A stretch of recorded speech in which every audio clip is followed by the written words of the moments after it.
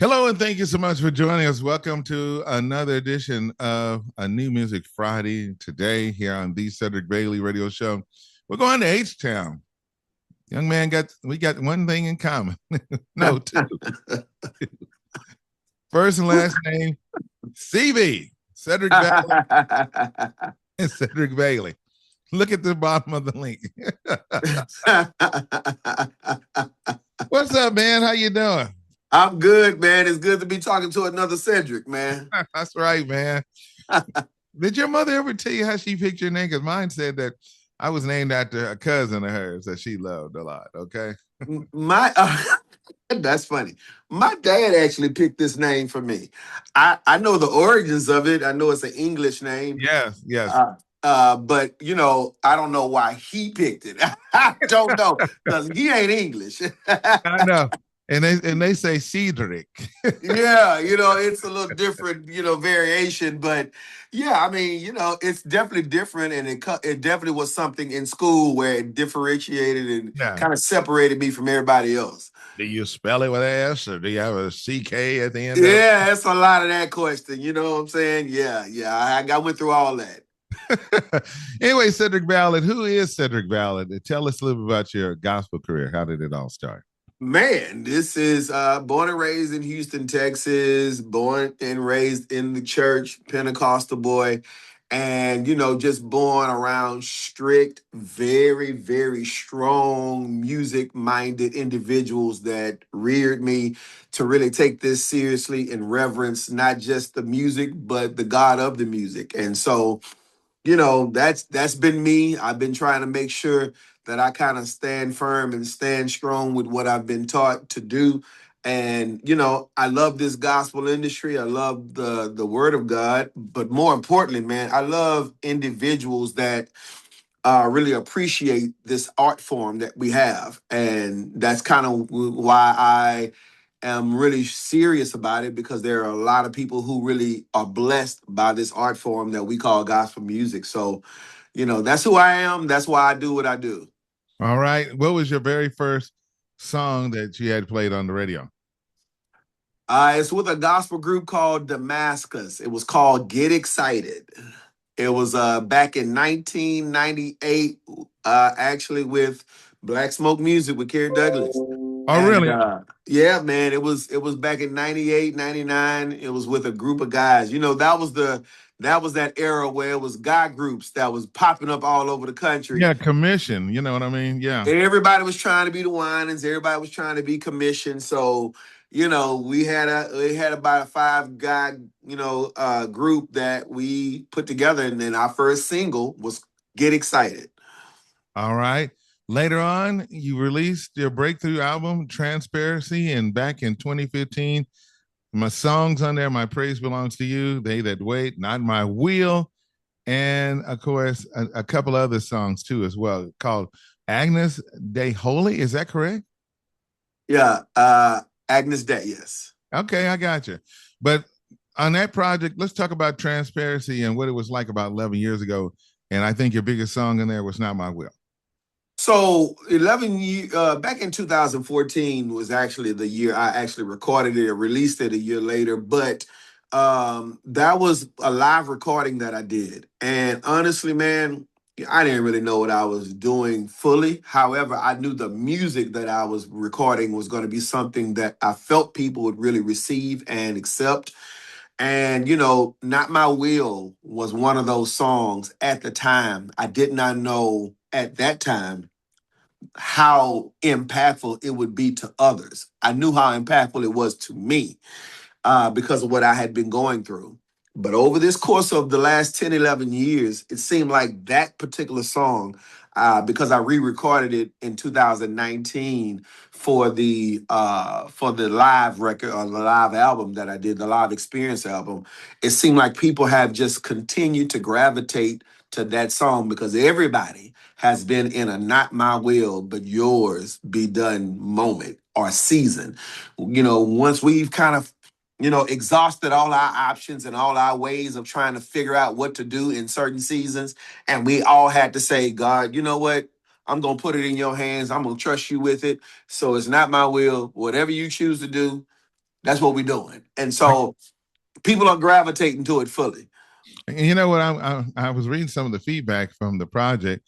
People that especially on your YouTube video, they said this song is not long enough, because it's like you had to fade it out, you know what I mean? And Yeah, yeah, yeah. because they Yeah. want What more. what but blame the radio people. I know.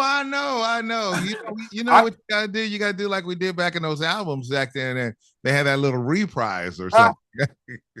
the reprise comes when I come to the city. We can do all the reprises y'all want, and when I come to the city and actually sing it live. Yeah, because when you're doing that live, you just can't. Well, time's up. I got to fade out. You know what I mean? You can't Yeah. leave people hanging because Yeah. you're doing your job, brother Cedric. You're Yes, sir. you're touching their soul. They're going That's right. and That's right. it's like I emceed programs and been there and everything, and they say, well, you better hope Jesus coming here and can keep this thing going.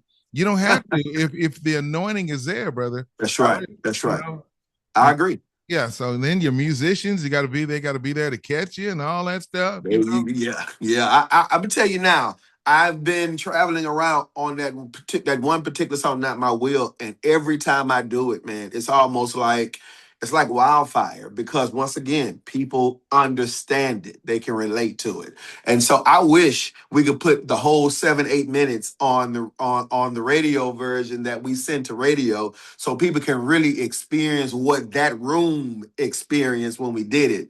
But maybe we'll put that out at some point later on. But like I said, you get that when you bring in Cedric Ballard to your city. I know that's right. And by the way, who's some of the biggest artists that you worked with, been on stage with? Because we know about Yolanda Adams right there in Texas. In Texas, I remember when I was living in Dallas, Fort Worth, it was like the Texas Mass. They had all the awards and everything.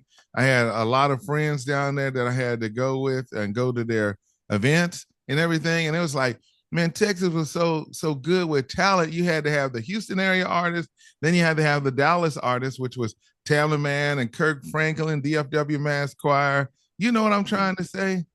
Yeah, Houston, Texas, like you said, is just filled with great gospel talent. I'm not going to even get into the other genres of music because R&B, we got some of the best artists coming straight out of Houston, like Major, Beyonce, Kelly. I mean, I can go on and on with the R&B and even the hip hop, but gospel specifically has some of the most talent that you can go into a room, and I mean this, Cedric. You can go into a room, you can start a song off, you can throw the mic up, and whoever catches the mic can literally obliterate the room just off of just following up whatever you came up with. That's in Houston, that's in Dallas, that's in the Fort Worth area. It's just that good. It's just that talented. It's just that anointed. So growing up in that kind of environment, it caused us to really have a really dog mindset where it's like, okay, you got to come with it every time.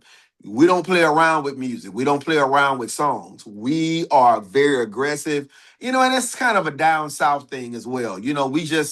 There's a down south mentality when it comes to our music and how we approach it. We're very intentional about what we do. So that environment is what reared us, really made us, and it's to the point to where I'm just glad that I was born in musicals and in environments where we just were taught, hey man, come on with it. We ain't got time to be playing around. All that little old soft singing that you're doing, you better come on with it. Yeah. Well, when I think about Houston, I always think about Texas Southern, Yeah, Third Ward, Ninth Ward, Fourth Ward, and two other things: Southeast Inspirational Choir you better know it. and Frenchie's Chicken. Come on, man. What you know about French's, man? What you know about that? I know all about that, man. I know all about that. I exit on Scott Street, make a left, and it's right there. You better know it. You got the University of Houston right here in Texas over here. There you go. There you go, man. Yeah, Yeah. Third Ward is one of our historical neighborhoods, but I'm telling you right now, Southeast Inspirational Choir, along with the late great Carl Preacher and Shirley Joyner, man, they just created a phenomenon, bringing a lot of artists like Yolanda Adams through that, and then of course you have V. Michael McKay from the city of Houston that really reared a lot of us as well, along with the great Betty Ransom Nelson. Just an array of people that Man, you come. got your roots. That's what I'm talking about right there, Oh man. man, let me tell you something. We can talk gospel history, especially coming out of Houston, Oh yeah. because we can talk Olivia Branch, Walker. We can Okay. talk. Yeah. Oh yeah. We I told you, man. Oh yeah, we ready. We You my ready, man. kind of people. But there's two other names, and then we're gonna talk about your new song. And I Okay. want people to check this video out and share this with people and listen to this interview we're sharing, because you got to work your way to get through there. You started in the bottom. You was with the guy with the men's group, Damascus. Then Yeah. you said you came up with this, and I'm trying Yeah. to lead into something. Sheila Jackson Lee, the congresswoman, passed away. She was a Yes. huge lover of gospel music. And then the former mayor, Sylvester Turner. Did you Correct. ever get a chance to hang out with them? Oh, definitely, man. They really enjoy gospel music so much so that each and every one of us, and I'm talking about artists that really was in that particular era, they kind of took us by their wings, man, and we were allowed to share the stage when they would do different, gospel heritage events, and events where they were doing something from a political standpoint. Everything they did, they included gospel music. That's how much they loved it. That's how much they cared about it, and they always made sure they instilled in us the importance of making sure gospel music does not die. And so that's the reason why they instill history, they instill, legacy, they instill the heritage of gospel music. And so because of that, Sheila Jackson Lee and Sylvester Turner did nothing, and I mean absolutely nothing, without involving at least one gospel segment, if it was not just all gospel. But they did that intentionally, and I'm extremely excited about the fact that we get to continue their legacy even though they're gone. Yeah, they're gone. And it's so sad, but they were good people. I had a chance to meet Oh, great people, them. As a man. matter of fact, I was at an event one time there in Houston, and they had the great picture from the Houston, or not, I'm going to say Oilers, but Astros. He was there, Okay. and he was there, and he was like, man, I said, this great picture for Houston, love gospel, and he sure did. And I was like, man, it was good to know that. And then later on, Yep. one other name I got to tell you, and then we're going to talk about your project now Yes, sir. about healing, Kathy Taylor Brown. Oh man, once again, she is an extension of all those artists. I could go back, I don't know if you're familiar with Kara Allen Simmons. Oh yeah, I, I am worthy yeah. vessel. Come on, man. When we talk about flatfoot singers, Mm-hmm. she is an extension of that era. And so Kathy Taylor is just she's one of those ones where anytime Sheila Jackson Lee or Sylvester Turner did anything for the city, they had to invite her. And of Mm-hmm. course, she always goes and does stuff with Oprah and all those type of people, because she is gospel music personified. So Mm-hmm. yeah, we're excited that she's a part of Houston legacy. Are you a traditional or a contemporary guy? I'm gonna say you're both. I'm definitely both. I think I was reared with the traditional, because we were reared, with those names that I called out, to not get up there and not include some type of hymn, some type of spiritual song in whatever you do. So we had to know verses and all the refrains to every hymn. I'm talking about hymns that we just don't hear a lot of. But of course, I came out of that contemporary, especially when I was talking about the male group that we came from. We just did a lot of contemporary music and styles of music, but we always had to infuse a hymn in there, something old school, something, I got, Baptist and Church of God in Christ uncles who were pastors. So, I understood what it meant to always bridge the gap. So, yeah, I'm definitely both. Did you ever call in or tell mama started coughing? I'm not gonna make it to church this Sunday. No, it wasn't. It wasn't. No, I ain't making it to church this Sunday. I was a drug baby. We was getting drugged, getting drugged to church every day of the week. It wasn't no, I can't come, I can't show up. But we got to go home. We got to go to the Astrodome because the Houston Oilers play today. I got to go watch Earl Campbell. Cedric, I wish that I could have made that excuse, but if we the best I could do is we get out of church that Sunday morning service and watch the remainder of the game, because if the game came on late, we got Sunday afternoon and Sunday evening service. So I got to catch it in between services. That's all. That's the best they could do we for me. didn't have no cell phones that we can sit there and pull it up. We No, didn't have all that stuff. you had the little square TV, the little small one you had to turn Black it and white now, Cedric. Come on and now. hope the channel worked.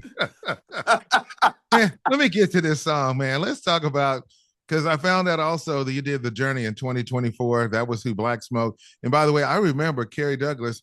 When I was there that year that Matthew knows and everybody, the Stellars was held in Houston. 1 year, Vicki Winans was there. That's we right. was at George R. Brown Convention. That's right. So, man, let's just talk a little bit about this project, and of course, you know, where we're going at with now in this song Healing, how it was birthed.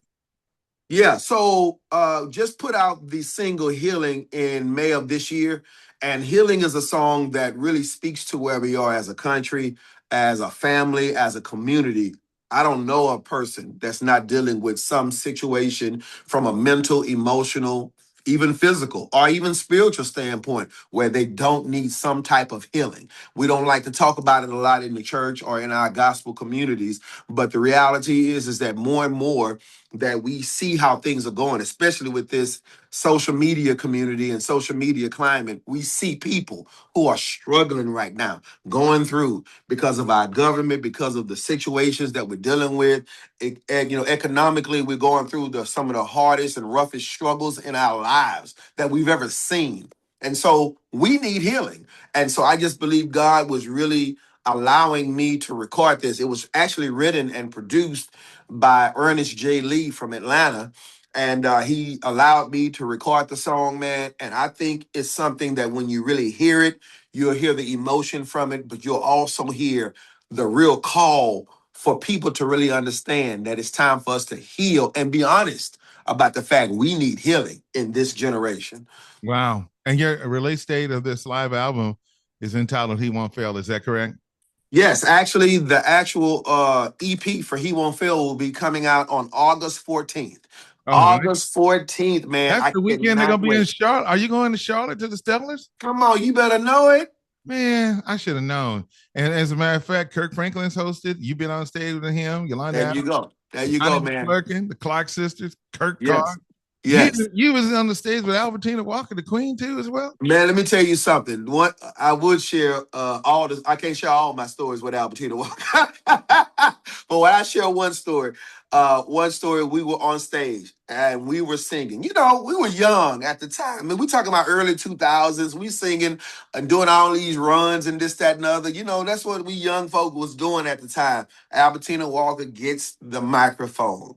She walks up on stage, and when I say she rebuked us in such the way that she can do, she didn't hold back. And then right after that, she starts singing. And she starts singing, "The Lord do it. Lord do it. Lord do it for me." And when she sung that song, she just did the chorus of the song. It was almost like she was saying, "Now that's how you do it, young fella." That for me let me know the difference between experience and anointing versus youth and inexperience. I was like, okay, I get it. I get the lesson.